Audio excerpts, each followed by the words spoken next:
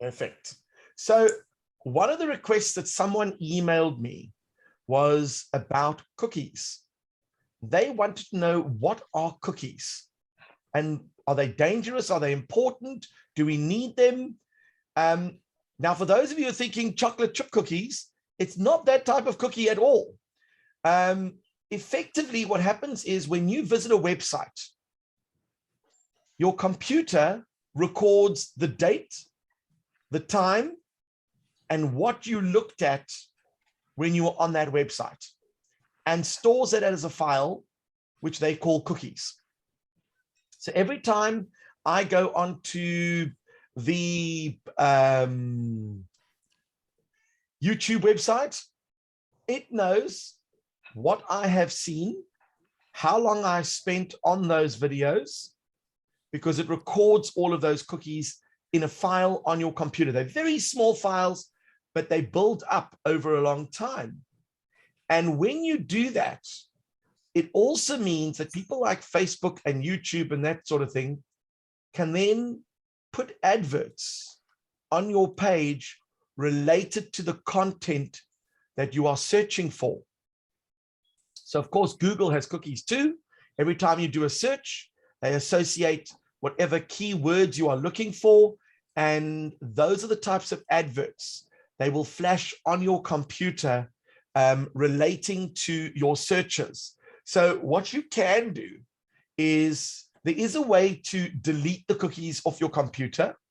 And let me see if I can share my screen quickly. There we go. Right, so let's say I'm in Google over here. Normally what you can do is, if you click on the three little dots and you're going to go to more tools, you can clear your browsing data. So you click on the three dots in the top right-hand corner, you go to more tools and clear browsing data. When you go to browsing data, you have a choice. Do you want to clear your browsing history? Do you want to clear the cookies and other site data? That means it'll keep all the stuff that you have visited, or you can take that away. And then every time you go to a website, you're going to it for the first time that day. And then it says, do you want to free up 1.2 gigabytes of cached images and files? Basically, if you're going to keep going to the YouTube website, they've got logos and things that load up on the page. If you're going to go to Google Chrome or whatever it is, and you're going to do a search, they've got certain logos and things that keep loading up. So what they do is they keep them on your computer so that it is much quicker to load up if they pull it from your computer than if you have to try and download it from the internet. So let's just have a look at a page quickly. If I go to IOL, like this sort of thing keeps popping up all the time on every single page. So why download it from the internet when they can bring it up from your PC? It's a very small file, but it means that they can get it done much quicker. And I think that that is, you know, they want to speed up your internet search, and that is why they want to make these things accessible. But then the problem comes in. Do we want these companies having access to that sort of information? And that is where people put blockers, advert blockers and stuff on their web pages, because they want to actually stop these sites from using your information, the cookies, to flash adverts in front of you. Sometimes those adverts can be very annoying. You can't understand, what do I need facelift surgery for? I mean, I'm not doing anything about facelift surgery, but maybe a certain person's spouse could be sitting in the room doing searches on Google, and because it recorded all of that, those are the kinds of adverts that will be popping up all over the screen. So you've just got to be very careful. There could be certain body part enlargements that are being offered as well, and you're wondering, but I'm not searching for those things. That it might give you a sign of what your spouse is looking for on the internet. So cookies are not dangerous, but generally you can clear them away if you are worried about it. And companies just use it to tailor make your experience so that it's more personalized for you. So hopefully that makes some sense to you. Are there any questions about that? No? Which ones did you check? I didn't quite get. Well, you showed us that screen of what to. Oh, what okay, to check. so I'll show you now. Let me go like this. And where is Zoom? Share screen. So when you are in Chrome, for example, you go to the top right-hand corner, there are three little dots. And if you click on it, you go down to more tools.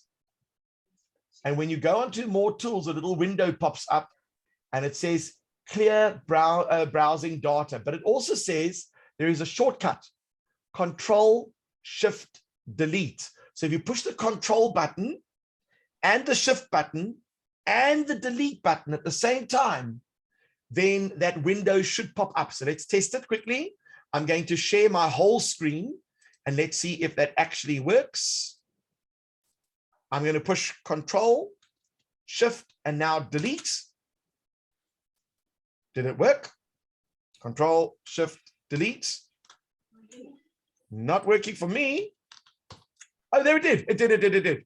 I was on the wrong window. Okay, so when I push Control, Shift, Delete, then the same thing would pop up. So I don't have to go through all those steps. It's just a shortcut to getting me there. And I can choose, do I want to delete my browsing history so that my wife does not know that I'm searching the macrame and the lasagna recipe sites. I can now clear that from the browsing history, and that would protect my integrity. Of course, you also have cookies and other sites, and then you've got those cached images, which you can delete as well. If you want to clear it, you just click on the clear data button.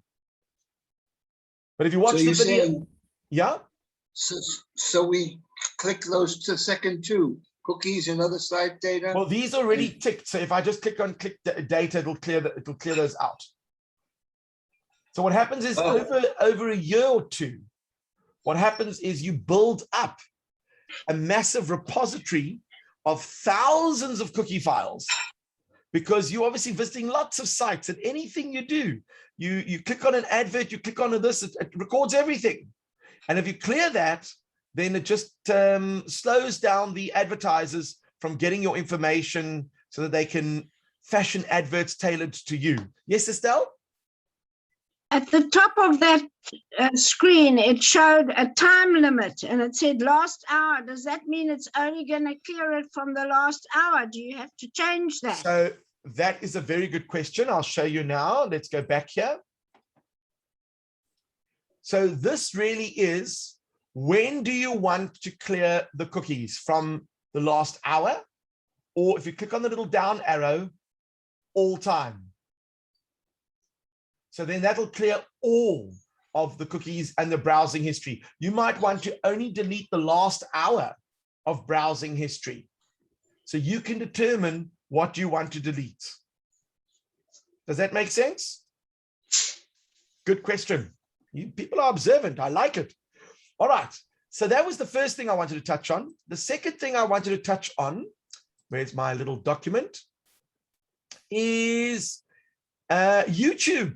A request was put through. Can I please talk to you a little bit about YouTube? Now, for some of you, you might have a YouTube account. It's free to have. You can just sign up for a YouTube account. And normally what happens is when you are watching YouTube videos and that sort of thing, it stores that information, like the cookies, so that you can always know what sort of videos are going to be recommended to you based on what you like to watch. And also, if you want to upload a YouTube video of your own, or perhaps you want to join the CJSA YouTube site. So we're going to do that right now. I'm going to share my screen. I'm going to go over here. Here we go. And I'm going to type in YouTube. And when I go to YouTube, because I am signed in with my Google, the two of them are already connected. So it knows that it's me in YouTube right now. And I can have a look at my history. I can look at the library of videos. These are my videos that I've loaded up. These are some of the sites that I've subscribed to. And if you subscribe to a site, then what happens is, now it says here, Cape Jewish Seniors Association. I'm going to just quickly unsubscribe. There we go. So I've unsubscribed from the Cape Jewish Seniors Association, and I want to subscribe again. So of course, if they share this link with me, which I'm going to share with you, I'm going to paste it in the chat. There we go. If you click on it, it says, do you want to subscribe? Now, obviously, if you signed into YouTube, then I'm going to click on subscribe, and watch what happens when I click on subscribe. It says subscribed.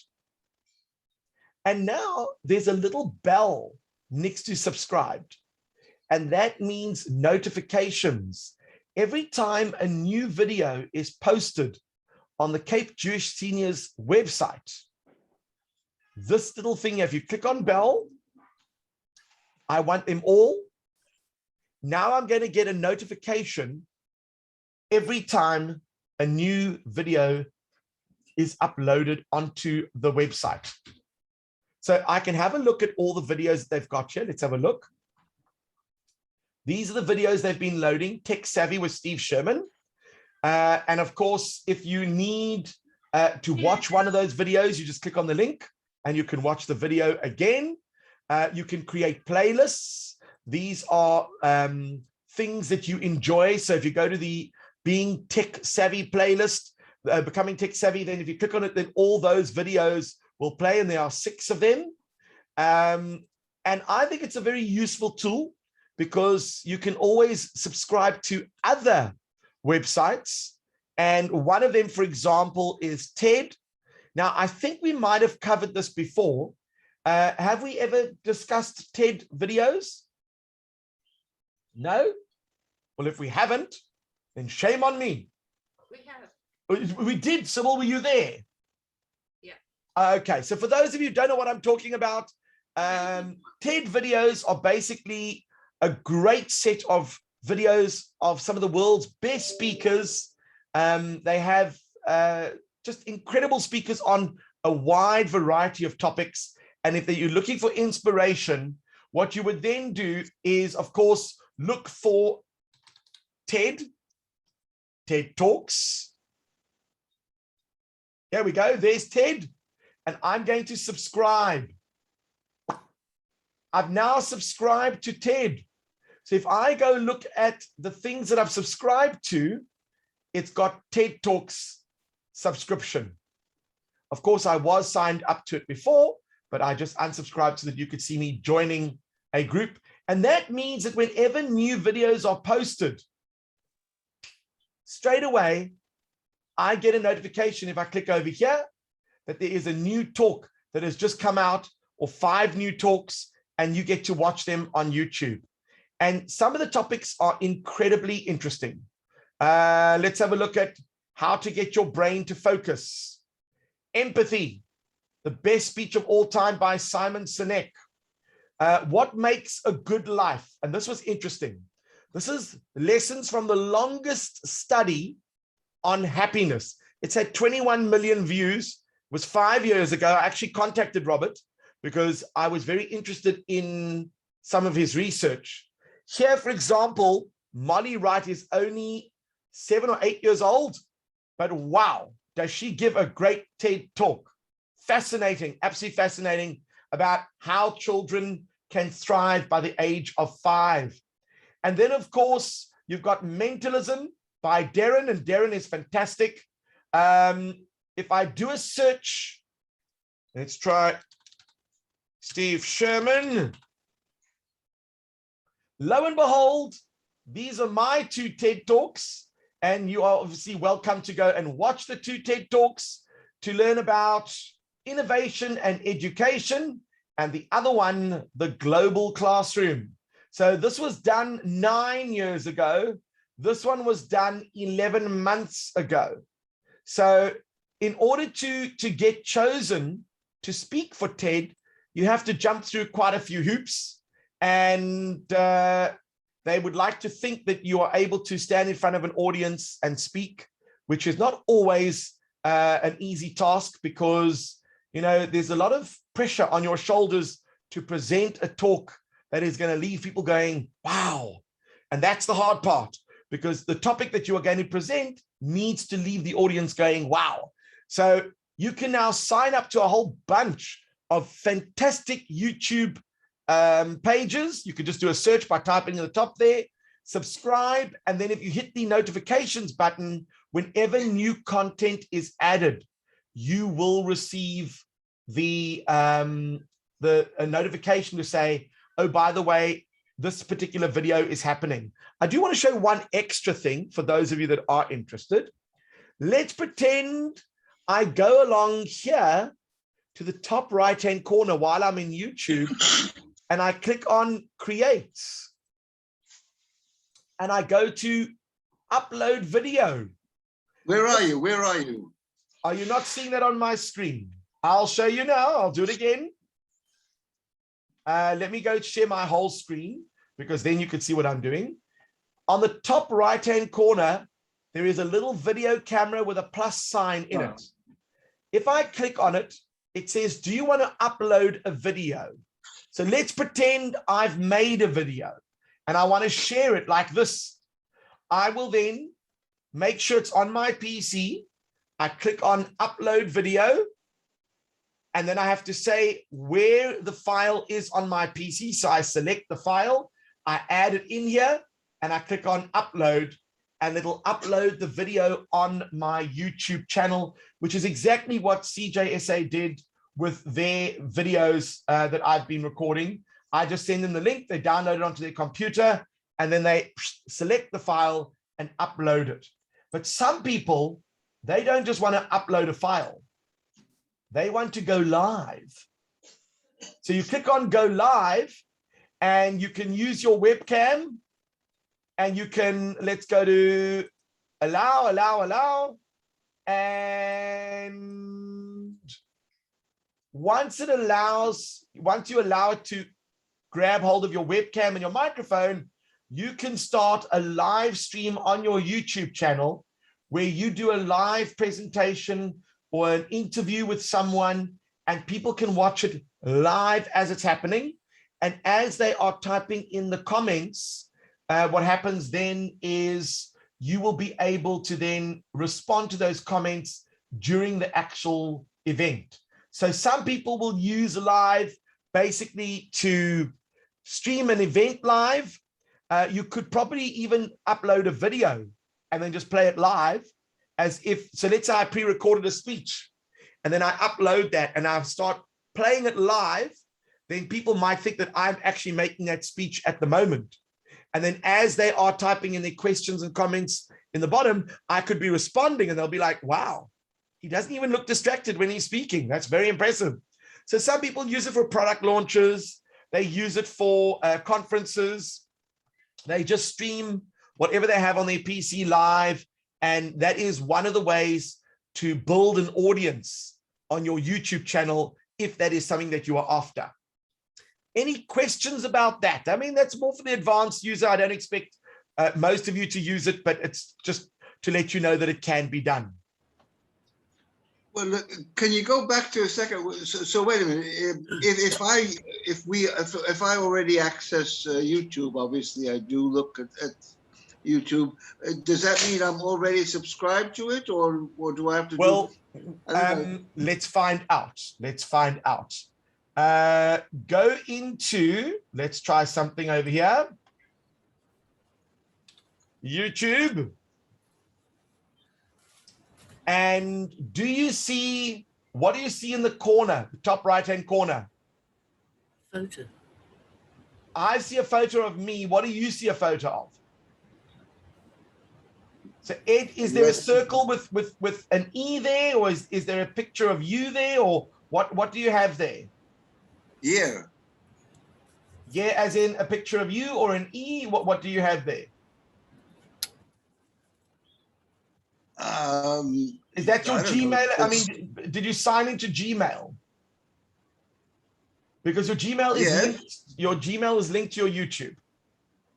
Yeah. Well, I don't know if it's linked to my YouTube. It's signed into it. I don't know. Okay, what you but mean that's by fine. that. That's fine. So now you want to subscribe. So let's say, for example, I click on a video over here. Part of this video was sponsored by Lab.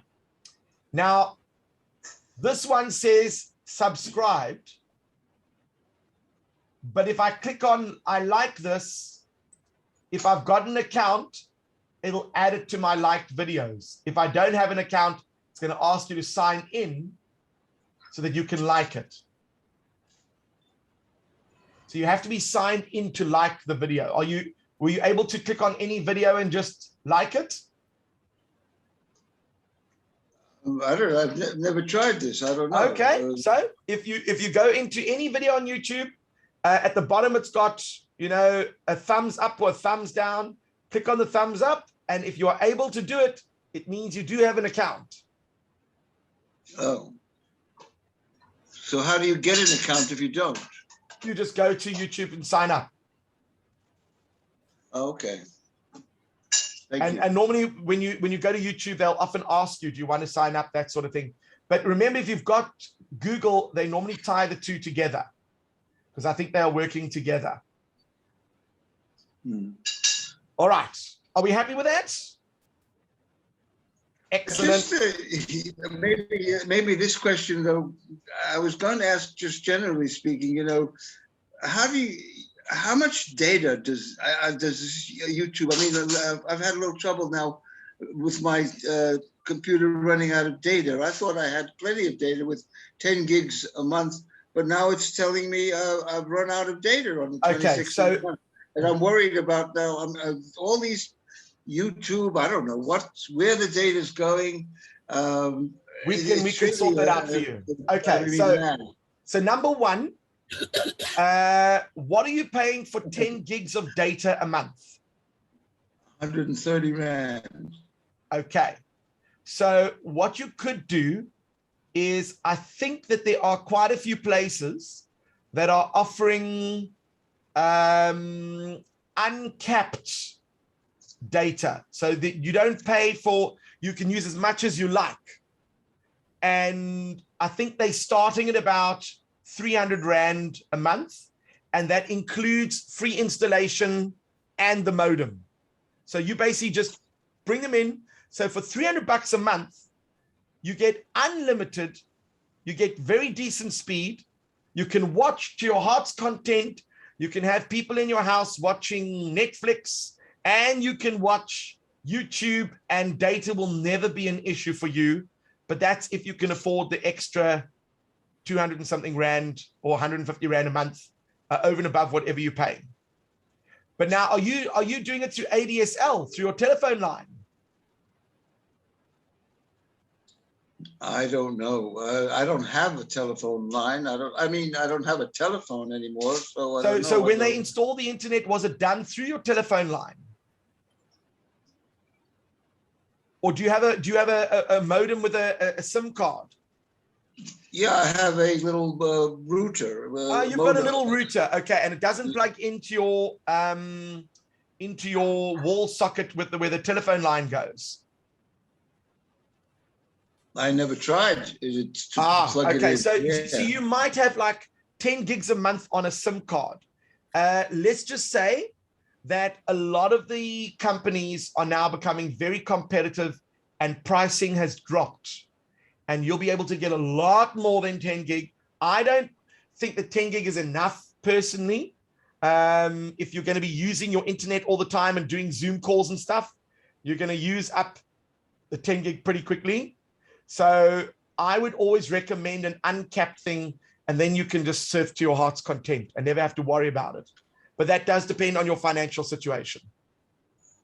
And if you want, you could send me an email and I'll do some hunting for you, and I could tell you who's offering the best deals. And if you just send me your address, then I'll tell you who is in your area and we can see if we can find you a good package that you can afford and that will change your life forever.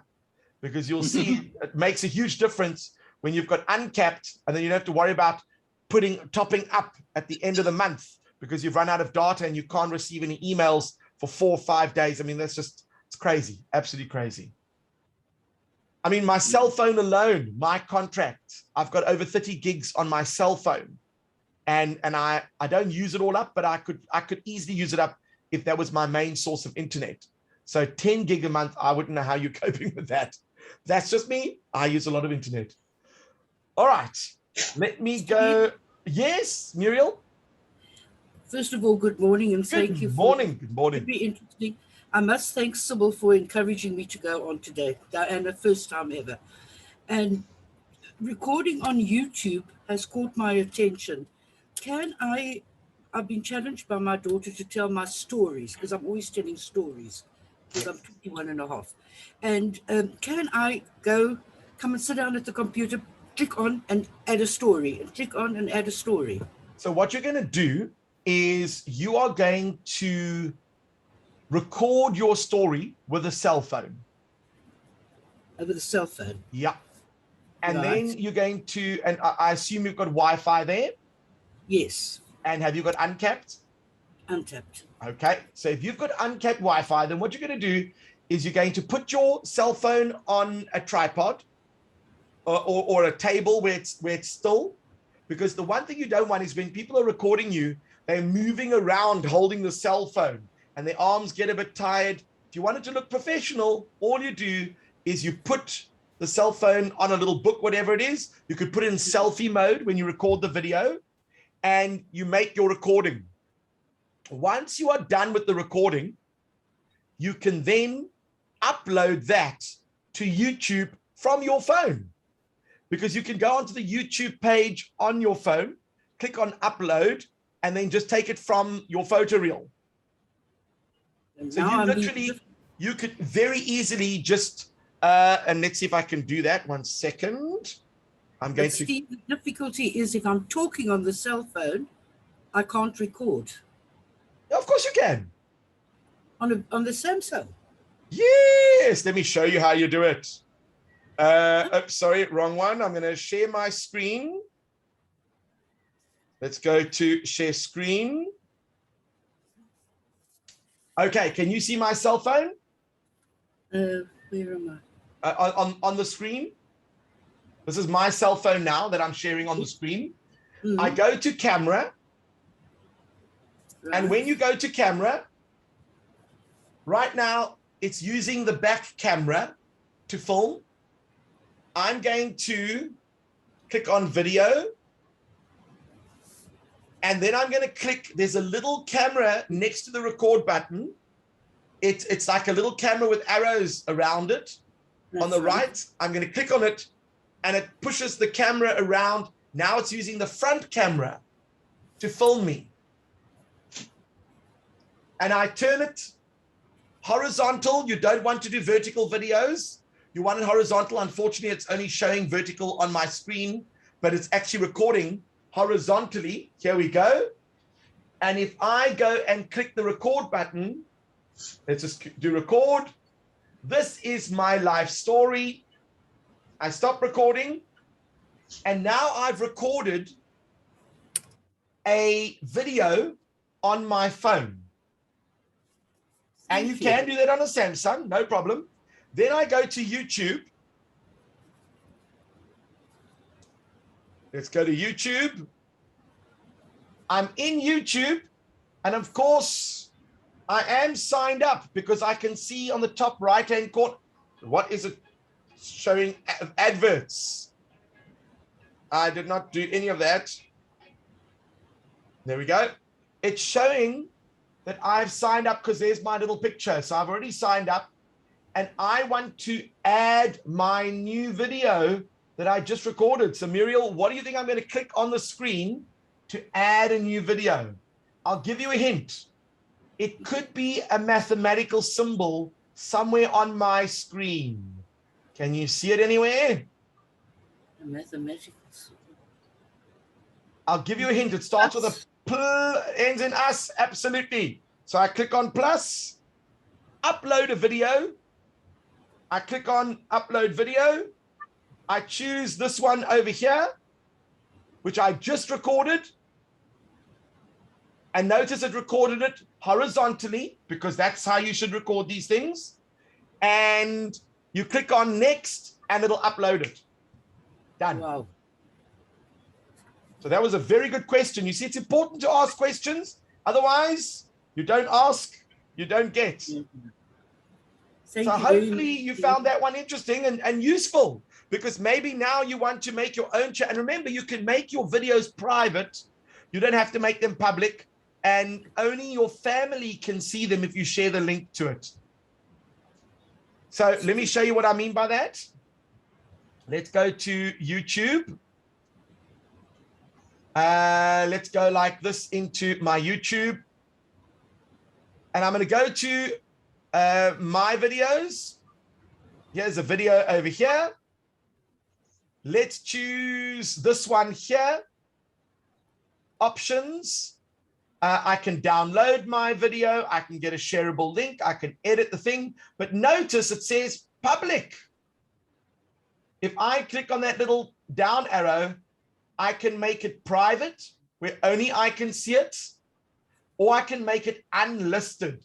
That means it's still on YouTube, but if someone types a search for the Muriel Levine videos, it's not going to come up because it's not set for a search feature that people will know that it's there, but you can still share it with your family and they can watch the link. Does that make sense? So all you do is you go into my videos and you can decide which ones should be public, which ones should be private, which ones should be whatever. And for example, this one here, I loaded it up, but it was blocked. Why was it blocked? Because I used music in the background. And YouTube have got these very smart computers that go through your video and it goes, oh, that song belongs to someone. I'm afraid we're going to have to block that. And if it's your copyright, so it was a copyright claim, if the video is yours and you believe you created your own music for this thing, then technically you can challenge the block and they will unblock it for you. But I knew that I'd used music that was, I just took a pop song and put in the background of this video. And YouTube is quite strong on protecting the copyrights of individuals. But if you're doing your own recording, no one is going to have the same story that you have. That's your story. So that won't be challenged at all. And of course, if you watch this video, the recording of this video, you can always do it step by step on your device. Yes, Estelle. What you just did on the phone, can't you do that on your computer as well? Absolutely. Record your video. You You can. don't have to use a phone. No, you don't. But the reason why I suggest you use the phone is because the webcam can't compete with the quality of a phone camera. And the sound and the audio on a video on a cell phone is so good that they're even making movies with iPhones, the latest iPhones, because of the quality of the cameras and the audio. So you know what? I think that a webcam has a certain limitation, and you'll see that my image, for example, might be clearer than yours because I've got an HD 1080 webcam, but my cell phone is, I can record videos in 4K, which is 4,000 dots per inch, which means the quality is exceptional. And if you're uploading that onto YouTube, you want to have good quality videos for your grandchildren and great-great-grandchildren, as opposed to grainy videos that you use just because it was simpler. Hopefully that makes sense. Yeah. All Thank you very right. much, Steve. So, and Muriel, I'm expecting to see your first video up within the next month or so. That is the challenge, that you're going to learn how to record a selfie video and how to upload it as a test and then delete it just as a practice one. And when you feel comfortable, then you are going to record them in chapters. My advice is to do them in chapters where you say, for example, chapter 1, my days at school. And then chapter 2, so then you keep them compartmentalized, because otherwise, if you're just telling a story, a video could be 4 hours long. And then when you try and upload those things, they take ages. So I always suggest that you keep them in chunks, and that might make it a little bit easier. Thank you. You're welcome. Then, of course, you get the grandchildren to edit the videos where they will go and put all those clips together, and they could put titles and they could put scene changes and headings in, and actually finally make one video. And then you've got that to share with the whole family. You see, a project for you already. I like this. All right, let's see what we're going to do next. The next thing I wanted to talk to you about is Fiverr. Do any of you know about Fiverr? No. Oh, you know about it, Felicity? Have you used it before? Oh, you're on mute at the moment. There we go. Yes, I have Fiverr, yeah. And what have you used it for? Computers, mainly my computer. Watching Netflix. Oh, no, Uncapped. not fiber. Fiverr, as in the number 5. Oh, no. I mean, most of you have got fiber, but Fiverr. Let me put it to you this way. Let's pretend Avril has decided that she would like to celebrate her 29th birthday next month. You see, Avril, I know you well. And Avril has decided that she wants to make an invitation. But Avril feels that maybe her invitation designing skills are not the best. Could someone help her? Let's try. Rebecca has decided that she would like to take a photo, and she wants to edit out parts of the photo because she doesn't want, for example, her neighbor's dog in the background of a photo, but she doesn't have Photoshop skills. Let's pretend Sybil would like to design a ketubah, but she needs a floral design, something different that she hasn't done before.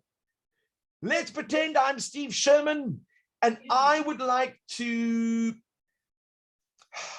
maybe come up with an idea for a children's illustrator for a book that I'm dreaming of. Where do I find all of these creative people in one place for a fee? And welcome to Fiverr. And it's not fiber, it's Fiverr. So I'm going to share that with you. And this is going to blow your mind. Let's go into Fiverr. Let me share my screen with you. I've signed up, obviously, so I go straight in. And this is freelancers who are looking for work. So what are you doing? I want to find someone to do Avril's invitation. I want an invitation. So I'm doing a search for invitation. Now I can look at each person. This person has got 5 stars. They are starting at 155 Rand. His name is Migukun. A lot of these people are from India, so that's why some of these things are quite reasonable. This person's got a 4.9 rating and is offering designs at 78 Rand a design. Let's go look at this one over here. I'm having a look. Let's see some of the invitations that he's designed. Oh, I'm liking these invitations. Look how he puts the person's photo in. He puts all the fonts of the text in. He puts all the photos in the bottom there. Foxy's 40 and fabulous. Oh, I like that one. Look at some of these ones. These are a little bit more formal. This is more like a Christmassy thing. Retirement celebration. Let's see. Oh, this could be interesting for you, Avril. 30 and thriving. And it's just a simple little invitation. Let's see. This is a nice dinner event. So let's pretend you like it.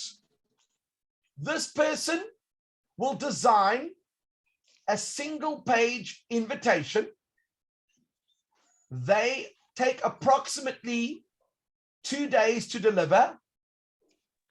They are willing to do 5 revisions. So if they send them the specs, they will then make the invitation. You will look at it and go, no, can you change this or can you change that? And then they'll send you a new version. You'll say, no, can you change this and can you change that? They'll send you, they'll do that 5 times. And that's going to cost you 78 rand. They will then send it to you via email. You go take that email to the print shop and they will print out your invitation, or you can email the invitation to your friends and save all the paper. Now, if you think about that,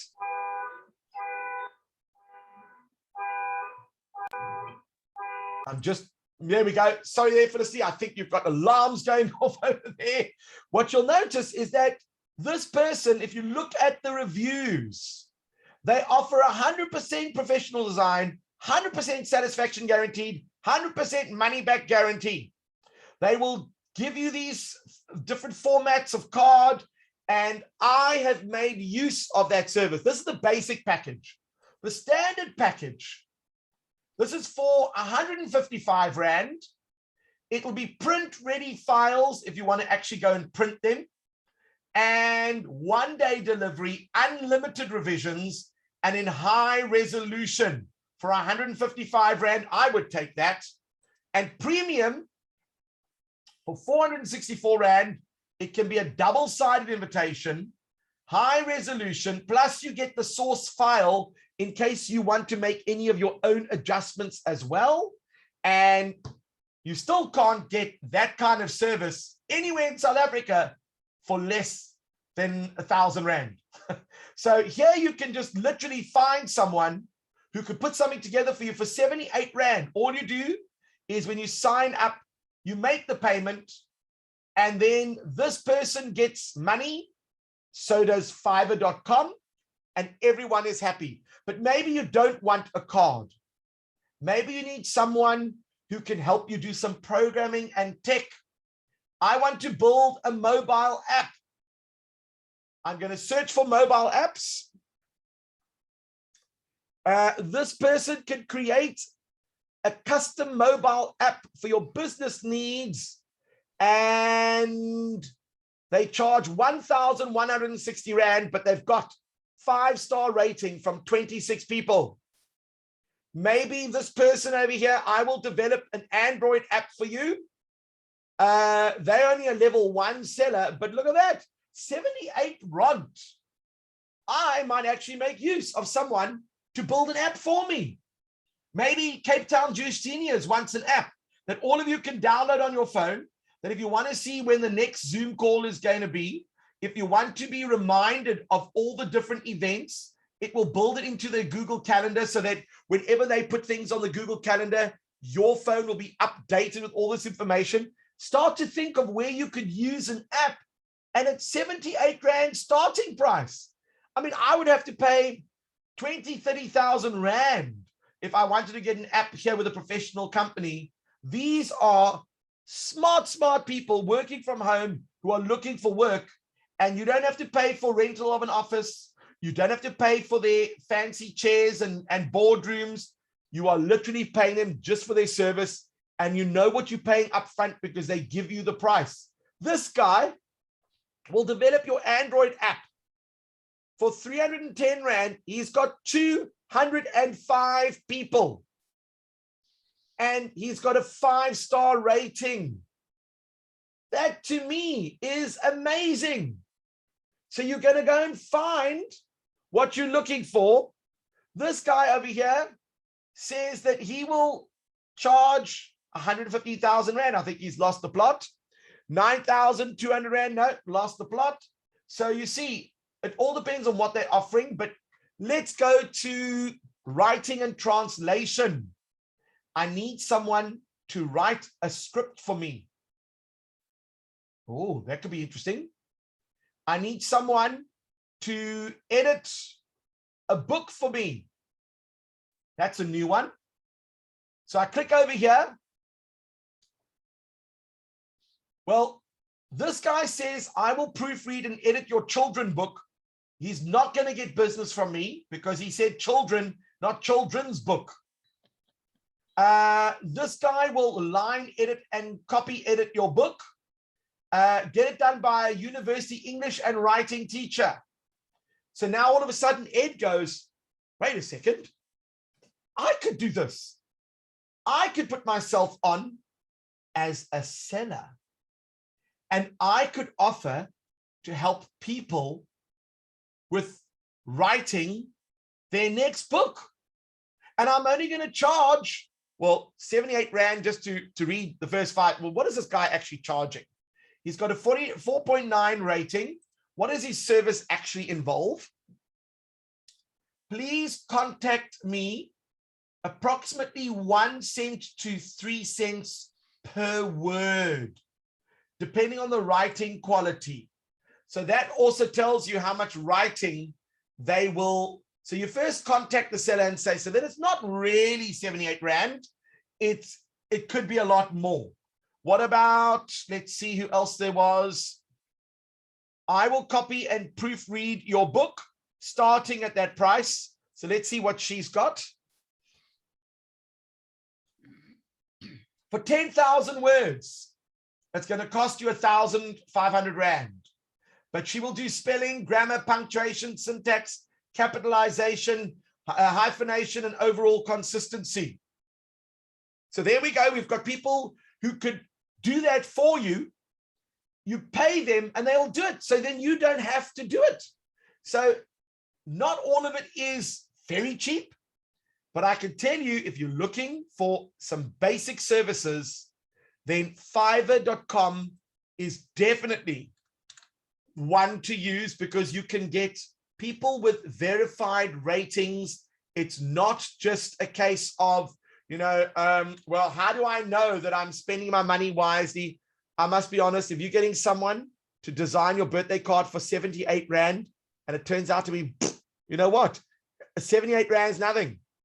It's maybe like 2 cups of coffee. But if it turns out to be amazing, you've now got this contact. And then whenever you need stuff designed, you just email them and say, how's it? Can you do this? 78 bucks. It's not even money. You are scoring big time. So are there any questions about Fiverr.com? No questions, but just a remark. You picked on the wrong thing. I happen to be a fully trained commercial and graphic artist, so I wouldn't have needed that. No. You're going to offer your services. And people are going to pay you in dollars to do it. They've obviously converted to rands because I've signed in with South African. But I mean, you can get paid to do that stuff for you, which I think is fantastic. So now you can work from home and it doesn't only have to be graphic. It could be, for example, I mean, if you go look at the different topics they've got there might be just a range of skills that you have that you've never thought about monetizing.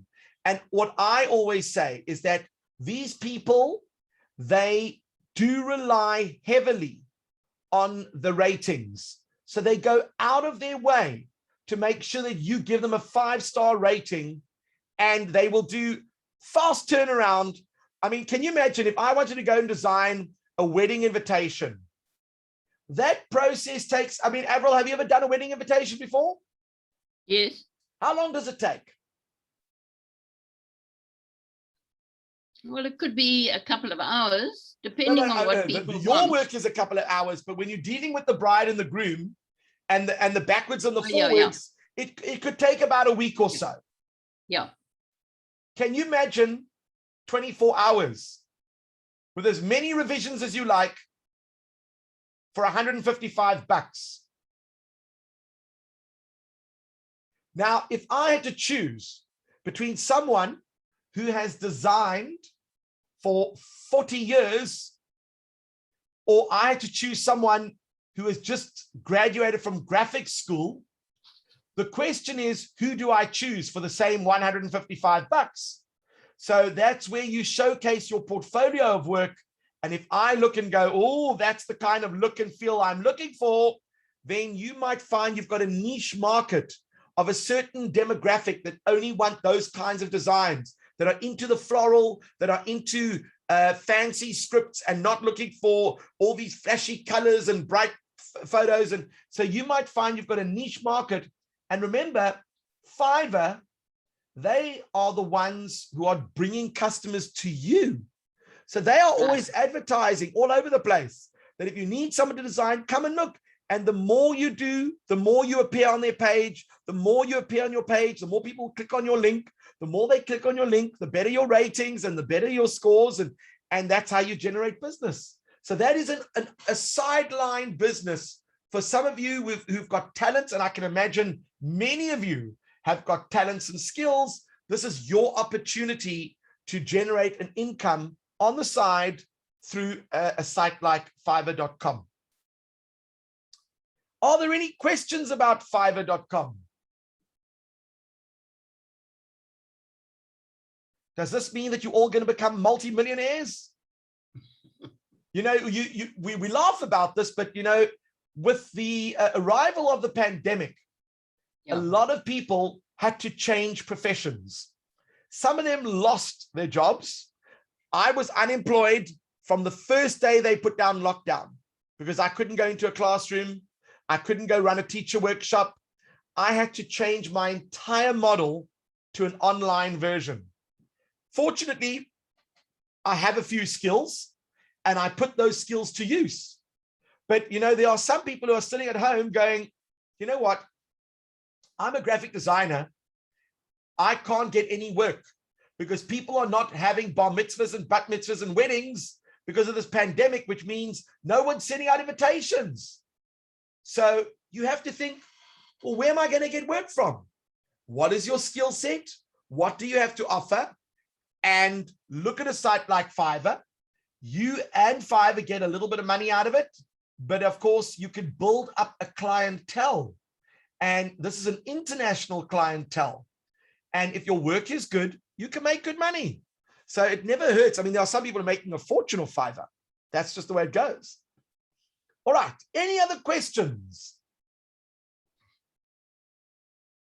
Let's see if I've got time for one more thing to squeeze in today. Yes, I could squeeze one more thing in. Zamzar. What is Zamzar? Have you ever had a situation where someone sends you a file, but you can't open it because it's in a format you don't have the program to open up that format? Maybe they send you a picture file, but it's in a Photoshop format and you don't have Photoshop on your computer. Welcome to Zamzar. Sounds like some sort of fancy name for an entertaining show, but let's have a look at what Zamzar is all about. I'm just going to open up Zamzar. And let me show you what you do.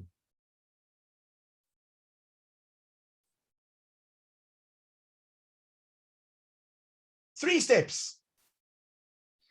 You add a file. I'm going to add a file like this one. I've added a file. It's 1.jpg. I don't want it to be a JPEG. I want it to be a PNG. And convert now. It is now done and I can download it. Simple as that. So now let's talk, what else could it convert? So Diana, you've had a problem with files being sent to you and you couldn't convert them. What was the story? Steve, that's a good question because I often get a file that I receive in a PDF form, and I've got to complete it and then return it, which means that I've got to print it out, and it doesn't look that professional when you complete it by hand rather than when you type it out. So it would be easier if we could just change the file into, say, a Word document, so you could complete it online and then return it. Can you do it with this, Samzo? Well, two things. What version of Word have you got? 10. You do know that you can open up a PDF in Word and save it as a Word document. No. Just to let you know, in case you haven't tested it out, but let's try that. Let's add a file. I'm going to pick one. Let's go. I know I've got one here for my Flexing Friday sessions. So let's go to Flexing Fridays. And I've got a PDF just over here. There's my PDF. Oh, it's a JPEG. I want to convert it to, will it allow me to do a PDF? You want a Word document? Yeah. Let's go to a Word document. Convert now. Let's see if it'll do it.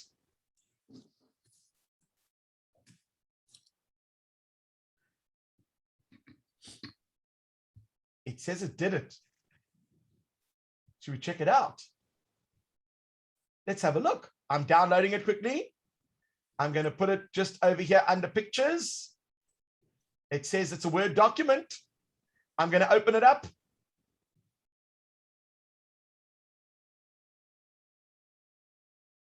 Yep.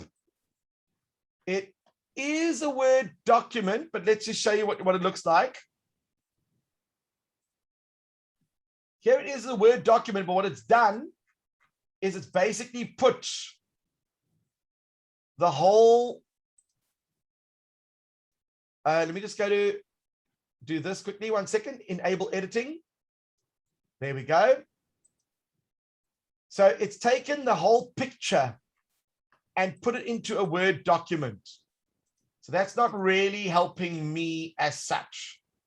But that was because it took a picture. I wonder if I took a PDF. Okay, I've got a PDF. Let's just try it. Okay, so open up Microsoft Word and open up that PDF. Open up. It's actually in my, let me just call it up. But remember, we did do an episode on how to edit a PDF using an Acrobat Reader and then save it with a signature and everything. Were you there for that episode? No, I don't know if I was. Oh, you missed it. That was a good one. That was one that Ed requested. How do you sign a PDF and fill out all the little categories? Yes, that would have, yeah, I must look for it then, because you yes, you must definitely watch that episode because that was very, very helpful.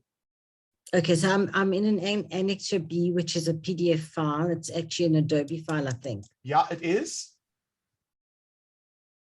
And were you able to open it in Microsoft Word? Now I've just opened it as is. Oh, so you opened up as an Acrobat Reader file. Yeah. So what you do is close it, go into where the file is being stored. Yeah. Right click on the file. Yeah. And go to open with. It doesn't say, it just says open. It doesn't say open with. Okay, so then go into Microsoft Word. Click on open because you're going to try now find that file. But it's actually still in my email. Oh, no, you have to save it on your PC. Okay, let me just save it. I thought it was on your PC already.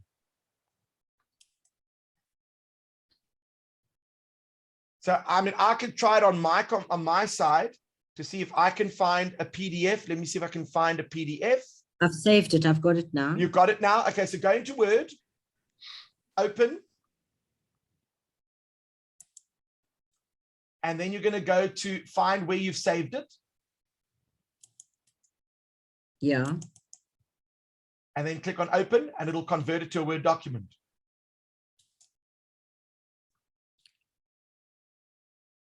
Open with. I must go open with.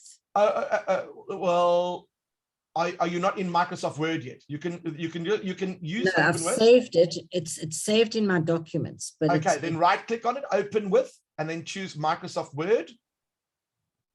no, it's not giving me that. It's giving me, Okay, then go into actual Microsoft Word, the program itself.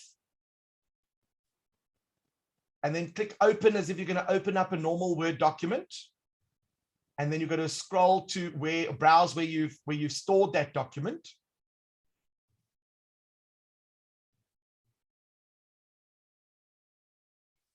Okay, well, while you're doing that, let me show you what I would do. I'm going to find a PDF document for you, and I'm going to do that in Microsoft Word to show you how that works. So let's go like this. Let's go to resources. I should have a PDF here somewhere. Here I do have it. Okay, so I've got a PDF. Let me show you what it looks like. This is a PDF over here. Are you happy that it's a regular PDF? Okay, so now what I'm going to do is I'm going to have a look to see where I saved it. It's over here under resources. That's great. I'm going to go into Microsoft Word now. So let me quickly go into stop share. Let me go to share my whole screen. Let me go into Word. There's Word. And I'm going to go to open. I'm going to just put a search in there. Where's, I've got to go to browse, sorry. Browse. I'm looking for B, Living Maths, resources, and it was this one over here. I'm opening up the PDF document. Give it a couple of seconds. Word will now convert this to an editable document. I click on OK. And if I give it a couple of seconds, it's converting at the bottom here. I can see it's done 3/4 of the process. It's now complete. Here I have a document. Notice it's got things in blocks. Those are images, but it's taken the document and has actually added it in. But there are going to be conversion issues. That's always going to be the issue. Sometimes you're going to find that some of these things, unfortunately, don't always translate, but it's not too bad. However, I would recommend what you do is you simply take your PDF and you edit it directly on the PDF as in the instructions in the video that we did a couple of weeks ago. And that will help you. You'll be like, oh my word, why didn't I know how to do that earlier? okay. All I'll right. find. Thank Are you. there any other questions? Are there any things you want me to look at for next week? Oh, wait, next week is Rosh Can I just Hashanah. ask you, can I just ask, because I don't want to waste your time No, next I've got week. time. I've got time. No, I want to know for the members, next week is Erev Rosh Hashanah, is Monday. And will people be coming on? Because if you're not going to come on, I don't want to waste time, Steve's time. Will you be there for the class at 9:30 in the morning on Monday? Yes. Yes. Yes. Okay, then we're on for Monday next week. Wonderful. Okay. Perfect. Okay. Thank you, Steve. So Thank are there you, any everyone. topics that you guys want to cover next week? Are there any burning questions that you have that you'd like to learn more about?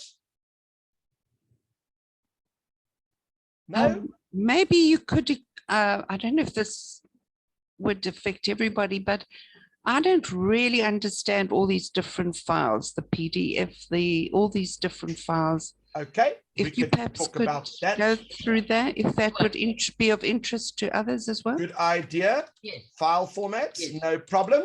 Anything else that you would like me to touch on? Maybe if you think of it in the next couple of days, you can pop Steve an email. That would be great. Thank you, everyone. Perfect. And thank All right. Steve. Thank you. Have a good week Thank and you, stay everyone. warm. Thank you. Have a super week. Bye. We'll see you all next week. Bye-bye. Bye.